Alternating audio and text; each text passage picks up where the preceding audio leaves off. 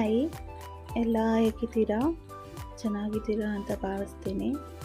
ಇವತ್ತಿನ recipe bread toast ಹೇಗೆ ಮಾಡೋದು ಮತ್ತು ಅದಕ್ಕೆ ಬೇಕಾಗಿರೋ ಇಂಗ್ರೀಡಿಯೆಂಟ್ಸ್ ಏನೇನು ನೋಡ್ಕೊಂಬರೋಣ ಬನ್ನಿ.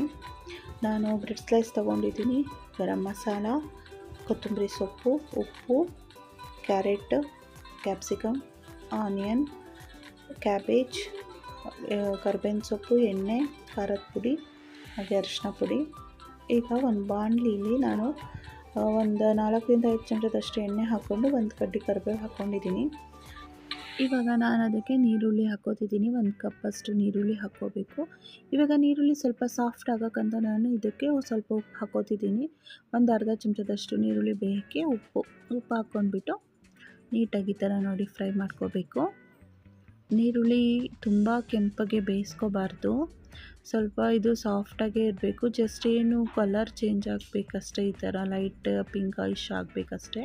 ಇವಾಗ ಅದು ಸ್ವಲ್ಪ ಫ್ರೈ ಆದಮೇಲೆ ನಾನು ಒಂದು ಕ್ಯಾಪ್ಸಿಕಮ್ಮನ್ನು ಉದ್ದುದ್ದಕ್ಕೆ ಹೆಚ್ಕೊಂಡಿರೋ ಅಂತಹ ಕ್ಯಾಪ್ಸಿಕಮ್ಮನ್ನು ನಾನು ಇದಕ್ಕೆ ಆ್ಯಡ್ ಮಾಡ್ತಾಯಿದ್ದೀನಿ. ನೋಡಿ, ಇದರ ಕ್ಯಾಪ್ಸಿಕಮ್ ಸ್ವಲ್ಪ ಈರುಳ್ಳಿಯಲ್ಲಿ ಫ್ರೈ ಮಾಡ್ಕೋಬೇಕು.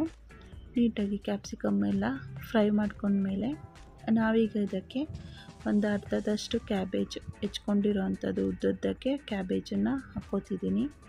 ನೋಡಿ, ನಾನಿಲ್ಲಿ ಒಂದು ಬೌಲಷ್ಟು ಕ್ಯಾಬೇಜನ್ನು ಹಾಕ್ಕೊಂಡಿದ್ದೀನಿ. ನೋಡಿ, ಇದನ್ನು ನೀಟಾಗಿ ಈ ಥರ ಮಿಕ್ಸ್ ಮಾಡ್ಕೋಬೇಕು. ನೀಟಾಗಿ ಮಿಕ್ಸ್ ಮಾಡಿಕೊಂಡು ಅದನ್ನು ಸ್ವಲ್ಪ ಸಾಫ್ಟಾಗಿ ಬೇಯಿಸ್ಕೋಬೇಕು.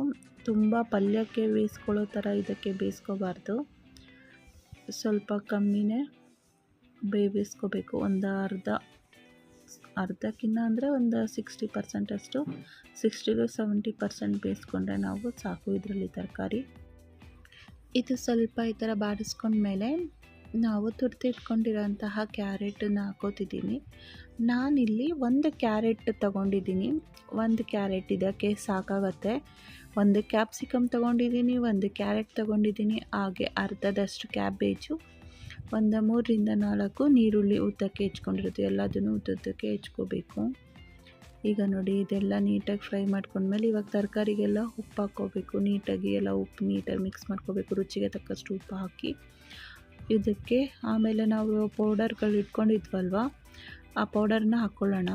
ಹಳದಿ ಪೌಡರು ಅರ್ಧ ಚಮಚ, ಹಾಗೆ 1 ಚಮಚದಷ್ಟು ಖಾರದ ಪುಡಿ, ಒಂದು 3/4 ಚಮಚದಷ್ಟು ಗರಂ ಮಸಾಲ ಪುಡಿನ ಹಾಕ್ಕೋಬೇಕು. ಇದಿಷ್ಟನ್ನು ಹಾಕಿ ನೀಟಾಗಿ ಮಿಕ್ಸ್ ಮಾಡ್ಕೋಬೇಕು. ಆ ಪೌಡರ್ ಮಸಾಲ ಸ್ಮೆಲ್ಲೆಲ್ಲ ಹೋಗೋವರೆಗೂ ನೀಟಾಗಿ ಇದರಲ್ಲಿ ಸ್ವಲ್ಪ ಹಂಗೆ ಬಾಡಿಸ್ಕೋಬೇಕು.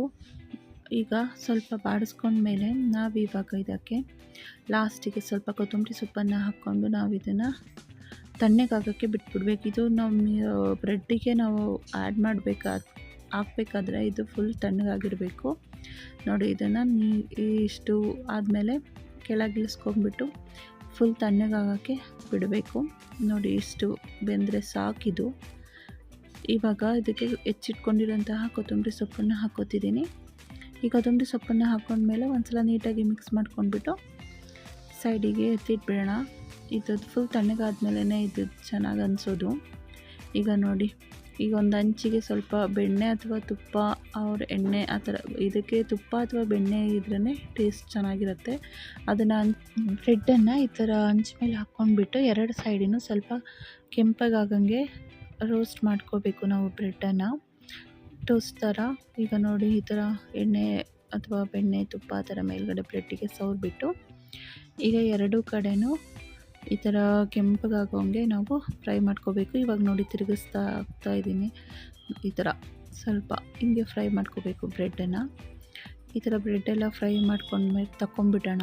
ಈಗ ನೋಡಿ, ನಾನೊಂದು ಪ್ಲೇಟಿಗೆ ತಗೋತಿದ್ದೀನಿ, ಎಲ್ಲ ತಗೊಂಡೆ ಬ್ರೆಡ್ಡು. ಇವಾಗ ನಾನು ಇದನ್ನು ಆ ಪಲ್ಯ ತಣ್ಣಗಾಗೋಕ್ಕೆ ಬಿಟ್ಟಿದ್ನಲ್ವಾ, ಅದಕ್ಕೆ ಸ್ವಲ್ಪ ಇವಾಗ ಒಂದು ಅರ್ಧದಷ್ಟು ನಿಂಬೆಹಣ್ಣಿನ ರಸನ ಹಿಂಡ್ಕೋಬೇಕು. ಪಲ್ಯಕ್ಕೆ ಹುಳಿ ಚೆನ್ನಾಗಿರುತ್ತೆ. ಇವಾಗ ನಾನು ಬ್ರೆಡ್ಡನ್ನು ಒಂದು ಪ್ಲೇಟಿಗೆ ಈ ಥರ ಜೋಡಿಸ್ಕೊಂಡ್ಬಿಟ್ಟು ಆ ಪಲ್ಯನ ಈಗ ಬ್ರೆಡ್ಡಿಗೆ ಈ ಥರ ಹಚ್ಕೋಬೇಕು. ಈಗ ನೋಡಿ, ನೀಟಾಗಿ ಈ ಥರ ಪಲ್ಯನ ಬ್ರೆಡ್ ಮೇಲೆ ಹಾಕ್ಕೊಂಡು ಅದರ ಮೇಲೆ ಇನ್ನೊಂದು ಪೀಸ್ ಬ್ರೆಡ್ಡನ್ನು ಇಟ್ಕೊಂಡು ಅದನ್ನು ಟ್ರಯಾಂಗಲ್ ಶೇಪಲ್ಲಿ ಕಟ್ ಮಾಡ್ಕೋಬೇಕು. ನೋಡಿ, ಈ ಥರ ಎಲ್ಲ ಹಚ್ಕೊಂಡ್ಬಿಟ್ಟು ನಾನು ಈ ಥರ ಟ್ರಯಾಂಗಲ್ ಶೇಪಲ್ಲಿ ಕಟ್ ಮಾಡ್ಕೊಂಡಿದ್ದೀನಿ. ಇವಾಗ ನೋಡಿ ರೆಡಿ ಆಯಿತು. ಇದು ಬ್ರೆಡ್ ಟೋಸ್ಟು ತುಂಬ ಚೆನ್ನಾಗಿರುತ್ತೆ, ಬೇಕ್ರಿ ಸ್ಟೈಲಲ್ಲಿ ಬ್ರೆಡ್ ಟೋಸ್ಟ್ ಇದು. ಎಲ್ಲರೂ ಮಾಡಿ ಹೇಗೆ ಬಂದಿದೆ ಅಂತ ನನಗೆ ತಿಳಿಸಿ. ನಾನು ಇದನ್ನು ಟೊಮೆಟೊ ಕೆಚಪ್ ಜೊತೆ ಸರ್ವ್ ಮಾಡ್ಕೊಂಡಿದ್ದೀನಿ. Thank you for watching.